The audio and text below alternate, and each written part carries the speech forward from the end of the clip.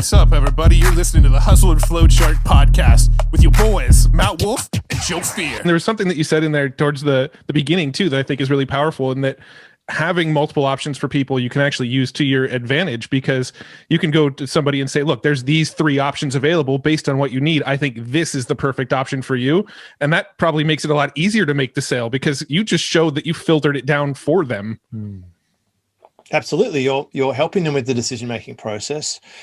It and in a subtle way, it becomes rather than a question of yes or no, it's more a question of which one, and it removes one layer of resistance. I think in some circles they call that an alternate assumptive or a double bind, but whatever name you want to put to it, it's moving someone past the point where they're deciding if they're going ahead or not, and then helping them narrow down the choice. And this, one of the classic objections when you're selling that people talk about is the I need to think about it thing.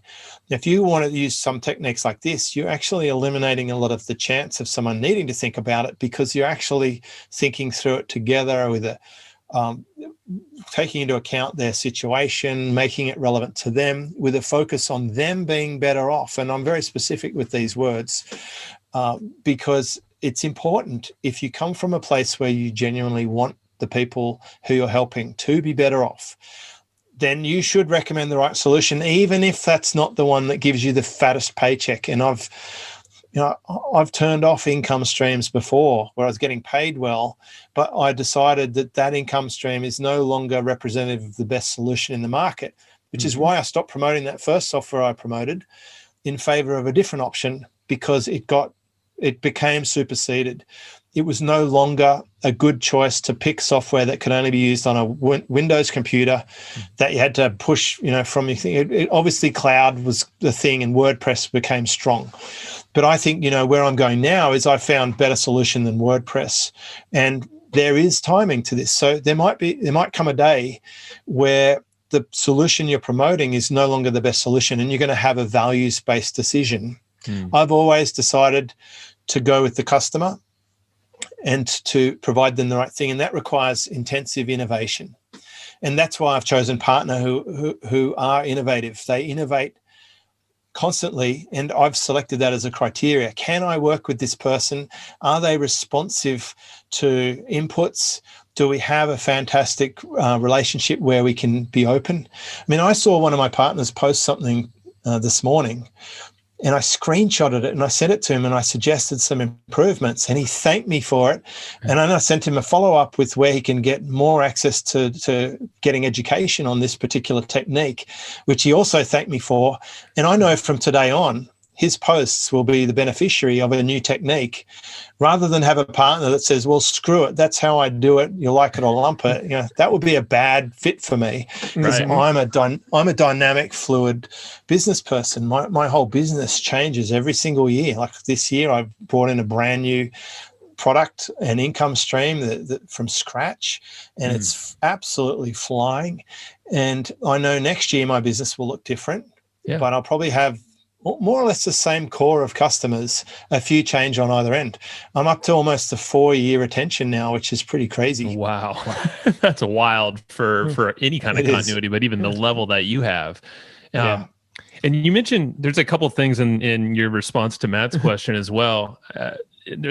First thing I want to say is just personalizing, and you personalizing, and this goes all the way from just engaging with your community. You do that amazingly. When we joined your membership, I remember a personalized video of you. I think you're walking through the mall, and at least it seemed that way on like a Saturday. I was like, how cool is this? It was just a 45-second video, but it was thanking. It was, even though we already knew each other, it was still that touch. It was unexpected. And something that we pulled from that strategy is applying a personalized video to affiliate marketing. And, so we have Facebook groups for various products where it's more or less a user group, but we make it explicitly clear we're affiliates. We're not the owners of the group. It's unofficial. But, when they join, there's always a question asking them specific questions. Are they a buyer of the group or of the software already? Most of the times it's no. At least 50-50. But then we pose a couple of questions that get them asking a question. Okay, so what's what's your question here? What are you looking for? Is there a problem you can solve right now? and they're not expecting a video from me, but they get one if they put their email address in there, and I'll send them an email, not a Facebook message, because I used to do that. And most of those are blocked.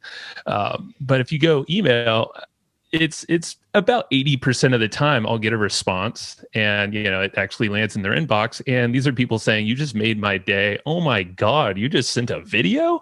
Even though this video is just me, I use Loom for this, and I'll just answer their question. I'll introduce myself, read their question, and show like, hey, I'm not just like creepily finding you.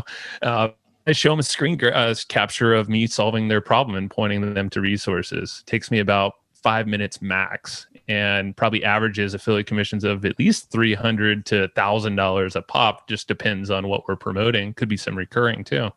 So, but it's a personalized approach that immediately kind of gets you out of the pack, and just separates you from the competition there. And it's one of those things too that doesn't scale, right? I think so many people, when it comes to affiliate marketing, they want to look for the thing that's going to be like set and forget and drive affiliate sales. But I feel like the things, the philosophies that work when you're selling your own products are the same philosophies that work when you're selling other people's products. Be personal, be real, do these extra things that don't scale and go above and beyond. And that's quite honestly the secret to why we've been so successful as affiliates, is we go and do the things that don't scale that most affiliates don't want to do, because they're looking for that autopilot cash flow from affiliate marketing, which is a lot easier said than done, I guess. Actually, Matt, it's called autopilot cash formula. Oh, shut up. No, that's a reference to Matt's first internet marketing product that he always hated the name of. You were almost going to say it, so I had to complete it for you. Well, you're getting a value creation reward. You're doing, you're offering a service that's super valuable to someone who's in that buying mindset or the research phase. When you apply the effective hourly rate formula to what you're doing, it's going to trump a lot of other things you could do. You could spend a lot of time trying to put together your auto riches formula, autopilot thing, right? It's like that saying, you have to stay up. You've got to stay up all night working so that you can get paid while you sleep during the day or whatever. That's right. The things that don't scale are noticeable. And if you actually have a smallish business, and I'm going to say I've chosen a path of less scale and more freedom than a lot of my peers. I have friends, I bump into the supermarket down the road. He's got a big business doing almost $10 million. And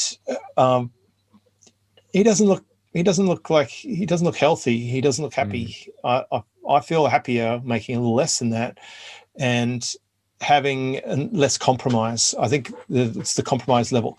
I think the Loom video is a great idea. I send lots of Loom videos as well. Yeah. And it's definitely doesn't matter whether it's your product or someone else's. If anything, you just don't have all the other headaches. You don't have to hire the developers and you don't have to do the customer support.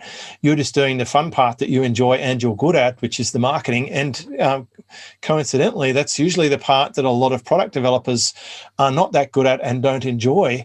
Right. And it's or even if they are good at it, but that's not their core thing. They don't get the most out of it. And I found also some of them are kind of introverted and like to sort of do the things that I hate to do. Yeah, that's great. a good fit.